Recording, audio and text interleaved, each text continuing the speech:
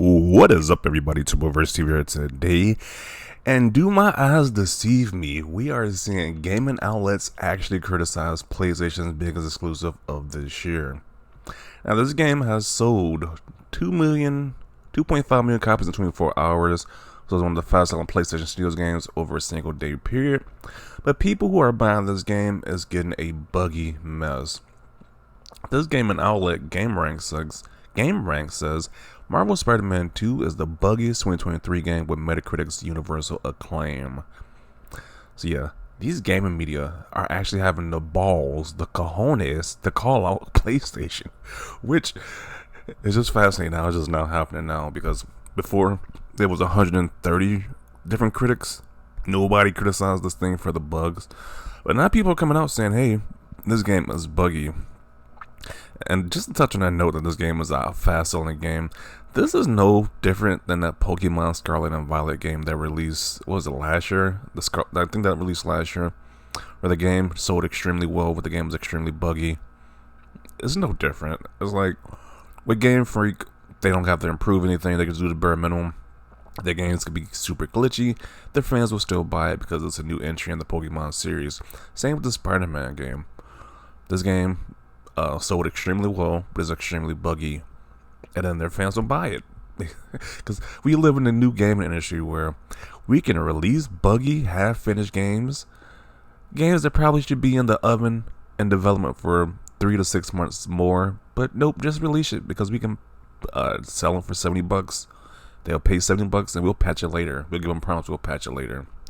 So that's the game industry we live in right now. So, but yeah, gaming outlets are actually calling out the bugginess of this game, and Sony fanboys are mad about it. They're seething about it. How to be a useless gaming news site. Oh, so because they point out the bugs, they're useless now.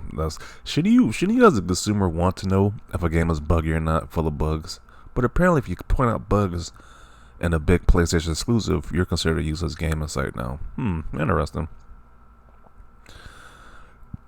I honestly feel sorry for anyone who hasn't experienced this game. I don't care what any of the haters are talking about. Just please get a PS5.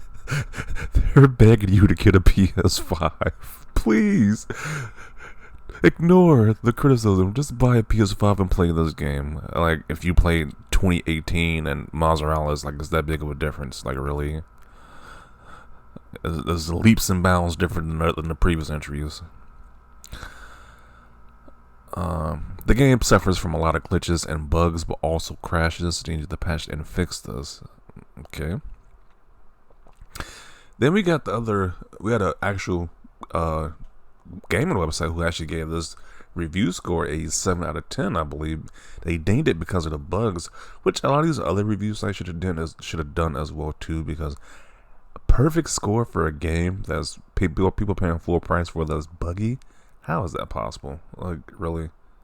But this is from Noisy Pixel. This is the part where they dinged it in points.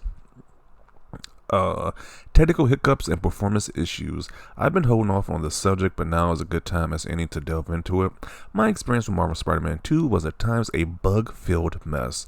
I faced multiple crashes, soft locks, and various other oddities that I couldn't overlook. For instance, it's funny how he couldn't overlook, but the rest of the other journalists, they clearly did. For instance, in the game's opening mission against the tutorial boss, a button prompt would initially not display itself, and then not work at all, necessitating a restart that fixed. However, this problem with non-working buttons prompts continued throughout my gameplay journey, so it kept going on while he's playing the game.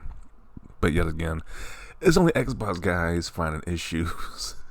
We're just the most ridiculous narrative. All these issues being shown here, and it's just super diehard Xbox fans are the ones who are doing it. One of the most ridiculous narratives I've heard of this year. This guy says the worst bug I faced though was a plot heavy boss, so you got issues during the boss battles as well. So yeah, I'm glad people are starting to call this out now. There's finally somebody with some balls in the gaming industry to call out Sony and this half baked game that should have been in development a little bit longer before they rushed it out. Let's see what you gotta say about this. You give Starfield an 8 out of 10. That game should have been delayed.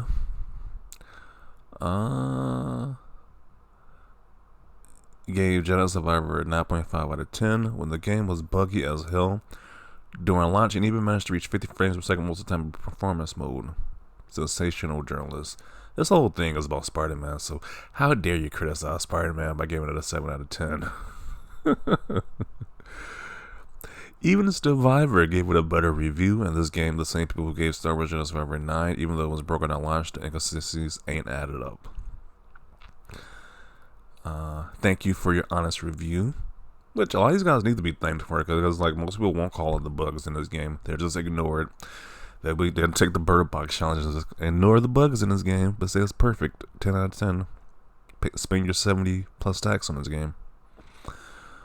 The only honest review out there calling out the massive bugs and game crashes. Yeah, the game is literally crashing. People haven't installed issues, but 10 out of 10 according to most outlets and most YouTube influencers. This guy called it a parody review. Oh, because you call out the bugs, it's a parody review now.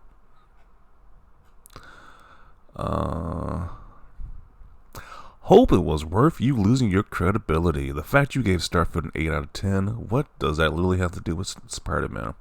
Which was literal bug-fested game, shows you on you know whose payroll. Okay. Look how butthurt they are. Paid by Microsoft for actually dinging it for bugs. You dinged the game for bugs, and you consider it a paid show, not from Microsoft. Fascinating. A bribed and fraudulent site for those in charge of it also bribed. How do you give Starfield an 8 and Star Wars a 9? Be ashamed of yourself. Be ashamed that you're calling out the bugs here. That you're not giving it a perfect score because of the bugs. Oh man, these Sony fanboys are just ridiculous. Wonder why it's always the poor Sony reviews always are the ones that get so much backlash. The only ones who have the balls to say the truth, pretty much, because no other media outlet is covering it, bugs like that. The hell are you smoking talking about these bugs? You're just supposed to ignore the bugs like everybody else. You might as well add that onto the sentence.